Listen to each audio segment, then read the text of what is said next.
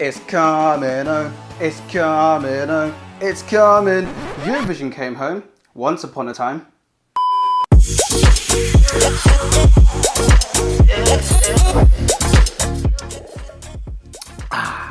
What's happening, people? My name is Fernand, and this is my live show, the show where we look at the cool, crazy world that is everything behind the scenes of live TV today.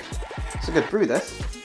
It's coming home. In the words of the late, great Sir Terry Wogan, it's 1998.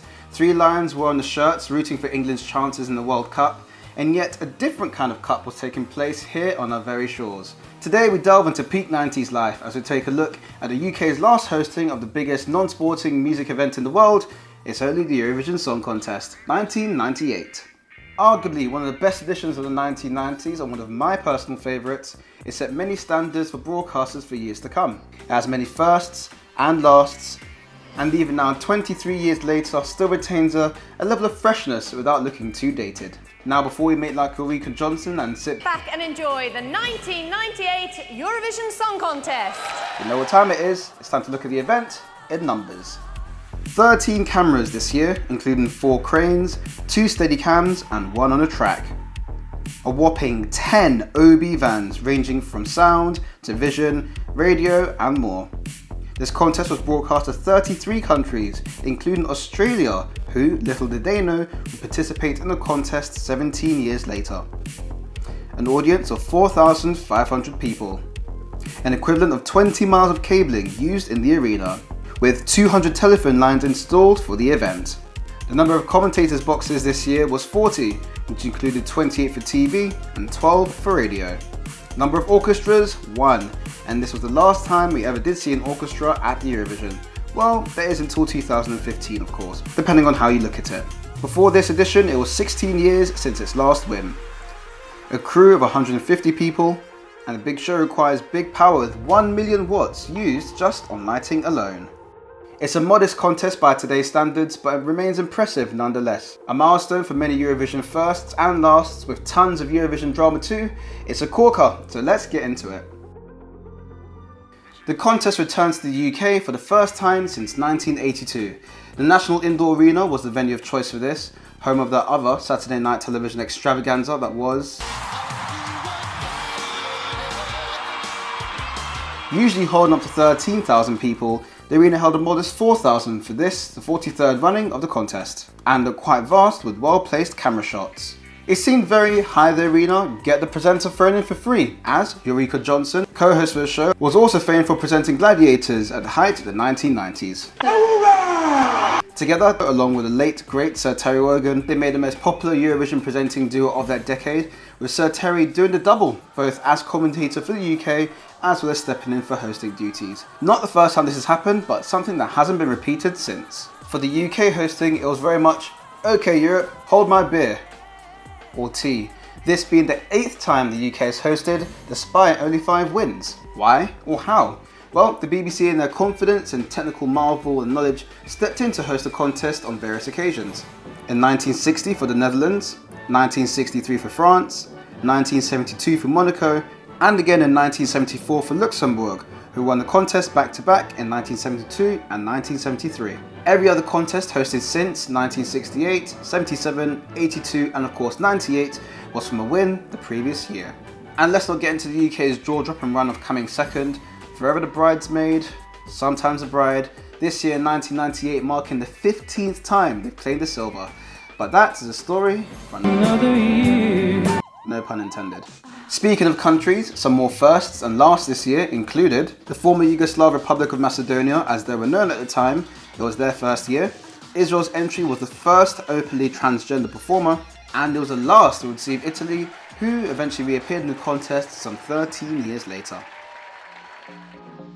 The stage takes on a vast curvy design spanning the width of the arena, and I mean lush Bezier curves everywhere. The arcs, the stage floor, that weird squiggly thing on the side, even this podium where Ulrika does her points dishing later in the show. Designed by Andrew Howe Davis, who was a popular prop and stage designer in the 1990s, no expense was spared at a dazzling spectacle for each of the 25 acts.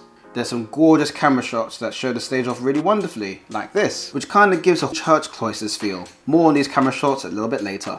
This versatile stage goes bright and flashy with Germany, to dark and intimate with Estonia, stormy and moody for the UK, and dripping with 24 karat gold for Norway. We'll get to this leather trousered bloke a little bit later.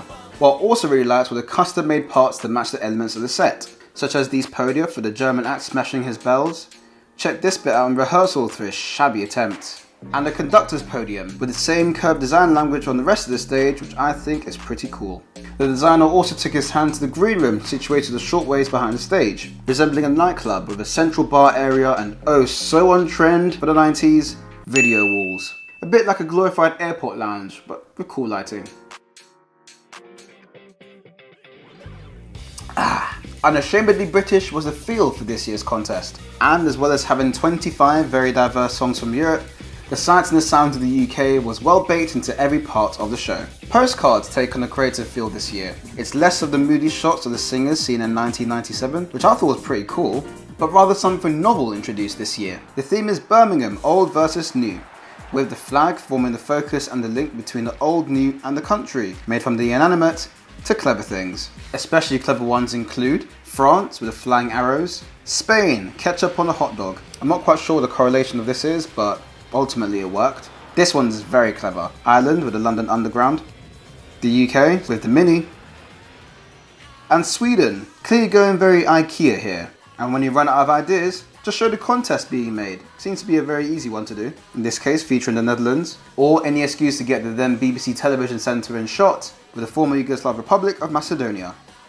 Yep, it's another first of sorts, as this macro flag idea was seen some 16 years later when Denmark hosted the competition. Nice to see how the UK is influenced here in both cases with transport. Each of these postcards was wrapped with popular and classical British music.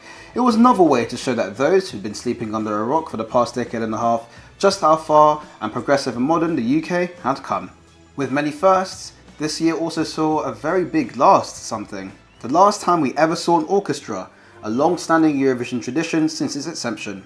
1998 saw the BBC Concert Orchestra bid farewell to the live ensemble. More and more entries were opting to use a backing track through the 90s. In fact, out of the 25 entries this year, only 17 decided to use the orchestra. France using only the string section for their upbeat number. Germany, one of the countries that doesn't use the orchestra, is an interesting one, conducting his future Eurovision legend and famous German entertainer Stefan Raab.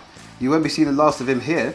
Here he takes a conductor's bow, but actually doesn't conduct a single note of the orchestra, which is just fantastic TV. But there is relevance here because of course he is the composer. Times were simpler in 1998 with a newfangled way to help find the winner, televoting, or voting By telephone. After a successful trial run the year before with 5 countries, it was launched en masse for the rest of Europe. Voting was so easy and cheap, at a whopping 10p per call, which to be fair does add up. Speaking of simpler times, the voting time was another thing that was just that, open for a whopping 5 minutes. Compare that to contests these days where lines are open for just a little bit longer, hitting 15 minutes by the mid-2000s, and by the 2019 contest, the lines were open for a whole hour. From the songs came even more music, the interval act. It was no Riverdance of 1994, nor Boyzone sporting epic leather jackets, remember when they were a thing? But all that aside, this year certainly raised the roof. The MO, showing just how multicultural and diverse the UK had become, with an array of global music styles fused together to the sounds of the classical classic Jupiter by Holst. Easy on paper, right? Here, seamless direction by Jeff Posner helped get a 200-piece male voice choir, full brass band, 40 Scottish pipers, 40 Zulu warriors, and 30 Bhangra dancers on stage, while still fitting a very famous in the 90s, Vanessa Mae and Leslie Garrett, all in a whopping 6.5 minutes. Well-placed close-ups of areas in the stage seemed to magically reveal a large group on another part of the stage whilst another performed, and each musical continent, if you will, all came together at the very end to provide one hell of a goosebump-sparking finale.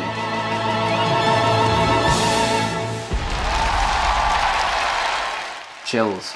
Made by 2020 standards, it seems a bit dated, and this is really something you'd see in an equivalent contest today. But production-wise, the direction and staging really makes this an impressive watch. I mean, check out the Zulu Warriors dancing their dance to the beat, and this bit is sick. If you don't watch the contest at the very least, do check out what's actually an impressive feat of 6.5 minutes of live TV. I'll put a link in the description below. Now, I may be biased as hell being as British as they come, but the 1998 contest had arguably some of the best sets of scripted camera moves for each of the songs in the contest. Some well-timed ones, some impressive ones, and some so dripping in 90s-90s-ness you can hear the VHS tracking from wherever you're sitting. Norway crashes onto your screen with this lovely jib swing, and then this over the final chorus. Take, take, take, take, take. Oh, it doesn't get more 90s than that. Israel's digital transitions with no less than 10, count them, transitions throughout the performance. Now we go from the garish and the kitsch to the sublime, as Romania's entry has a stunning one-take jib shot here. This shot, which cranes around the singer, extending and zooming as it does a 360-degree revolve. Here, even her head spotlight fades in and out to reduce the jib casting shadows, which really is a nice touch. And we go from smooth and slick to bumpy. It's camception time. It's Steadicam madness of the former Yugoslav Republic of Macedonia, as they not once, but twice get caught out in subsequent camera shots, which make for hilarious viewing, especially as he takes off at top speed during this last chunk of the song. And from camception to stageception, taking inspiration from the multitude of TVs in the 1997 contest, this year makes good use of TV monitors hanging from the arena to get a nice double shot of the performers. Yes, you guessed it, it's not the first, as this style of filming was seen 12 years later in 2010, with effects used just a bit more sparingly. In an era of design ranging from the eye-catching to the humbling, the 1998 contest logo really was nothing to write home about. However, what it lacked in personality and memorability made up for when it came to the application of the design in the contest. From the bold and extremely vibrant intro, to the song Lower Thirds and its animation, and right up to the soon-to-be-revealed breathtaker, the Scoreboard. Speaking of Lower Thirds, or Astons as colloquially known at the BBC, another first for future Eurovisions was established here, with the little watermark on the bottom left, the screen under the flag, which was beautifully incorporated into the lower third itself. Perfect for those, what country is this then? If you've just tuned in. Bit of a TV geek moment here. Some eagle-eyed viewers will notice the design and similarities and its animation to another BBC show, Top of the Pops. Check this out. The BBC and their technical know-how and expertise revealed the pièce de résistance of the night, after an already sterling production, the Scoreboard. It's a step up from the tabular scenes provided by Ireland in the past few years, but not as jaw-dropping as Norway's virtual setup 2 years earlier. It's a shiny computer trip through Europe. Graphics were created by Mark Afford, this not being his first rodeo, as he was famed for generating impressive BBC election graphics in the years prior. All the points and all the numbers, all this data was carefully and manually inputted on the night. And working with director Jeff Posner provided dazzling effects such as shuffle them. And for the first time, Europe was on the map, with giant stars landing on the countries. As a designer myself, this little quirk was something I absolutely loved. There's 25 countries this year, right? So splitting on the table, you get 12 on one side and 13, right? Visually wouldn't look too good. Right? Wrong. When said country was voting, then moved to the top, giving you a nice split of 12 on each side. And when fully arranged, yet gently yet so inconspicuously squeezed, putting 12 on one side and 13 on the other without looking too out of place. Nice. In fact, so good were the graphics that the EBU were mightily impressed and got them to provide the graphics for the scoreboards for the following years, in Israel and in Sweden, noted by BBC Resources' cheeky logo at the bottom here. It's a nice little plug. Such were the clincher of results back then, with Israel, the Netherlands, UK and Malta battling for the top spot. Especially here for the last result. The director did a really good job here to amp up the head-to-head levels of this nifty little split screen, just as the 12 points is about to be revealed. And yes, it's another Eurovision first, as we see this style in Eurovision years later. Other notable mentions. Outside of what was already a sterling and a near flawless production from the BBC, it goes to show that not all things can be tamed on live TV. Some notable mentions include this unfortunate but hilarious gaffe by Eureka, mishearing the Dutch spokesperson. A long time ago, was it? No, I didn't. Do you want to know? Wow. They ask you how you are, you just have to say say that you're fine when you're not really fine, but you just can't get into it. Turkey, letting the art of music really take over and almost costing them their place in the final. Their entry didn't use a click track and they were almost disqualified for their entry consistently taking over 3 minutes during rehearsal. Yeah, unfortunately they are 11 seconds over, so I think we might have to adjust that. Poor chap. Germany's Gildo Horn taking over the stage, quite literally, by climbing all up and down the set. Cleared the points given made for a happy Gildo, crawling all over the green room here. Greece with a very hands-on composer, very unhappy with how director Jeff Posner saw the song. 1, 2, 3, 4, 5, 6. Where are these moves? I need 6 shots. He complained, he formally protested, and even more so, again standing on stage, claiming not to have been given the bass to play. Greece almost withdrew from the competition, which would have changed the show's order, but eventually his accreditation to the arena was revoked, which certainly didn't stop his grumbling, watching from a hotel room on the night. And upon Israel's win, Dana International making this frantic last-minute dash to the green room to change her dress, which, when in live TV, every second counts, and almost crashed the show, but ended well and in good time. Can't find them. Just a moment, hiatus. This dress, believe it or not, was designed by Jean-Paul Gaultier. And the trumpets on cue here, nearly deafening Katrina from Katrina and the Waves.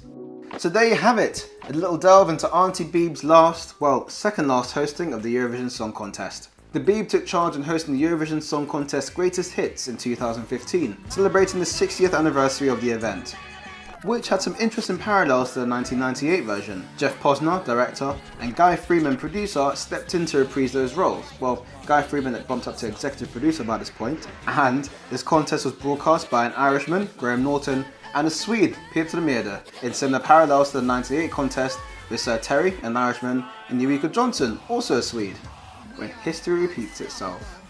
So that's really it, lads. If you're around at the time, what were your favourite parts of the show?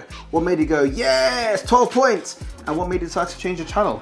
Let me know in the comment section below. If you liked what you saw, give us a thumbs up. And make sure you hit that big red subscribe button. And follow my social network channels down here. To see more of my previous videos, they're all listed here as well. And of course, it's Eurovision month, so keep watching and enjoy this year's contest. Till next time, people, always remember, stay alive and hit record. Peace.